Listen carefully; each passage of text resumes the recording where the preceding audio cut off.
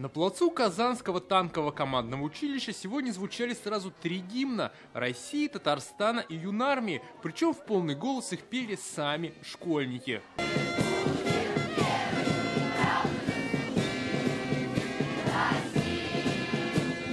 В ряды Юнармии вступили 500 казанских школьников, все они принесли присягу. Быть патриотом и достойным гражданином России. Клянемся! Клянемся! Честью и гордостью нести высокое звание юнармейца. Клянемся! Клянемся! Юнармейцам вручили удостоверения и знаки движения. Главный атрибут – юнармейская форма.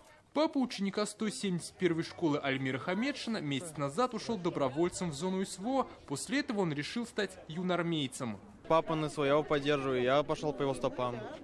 Ну, так-то еще много кто у меня из друзей юной армии говорит, вот это хорошая тема. Физическая подготовка, ну и воспитание самое главное будет. Шестиклассница Яна Хайрулина вместе с подругами тоже решила стать юнармейцем. Как говорит, благодаря этому движению можно будет не только многому научиться, но и помочь людям. Помогать в любых случаях, если даже сама этого не очень хочешь, но это все же надо делать. В принципе, я люблю помогать людям. Мне это очень нравится. Поддержать школьников сегодня пришли родители. У них за детей гордость. Еще какая, слезы на глазах. Я сама буду вместе с ней открывать все это. Я пока тоже ничего не знаю, для меня это тоже новое.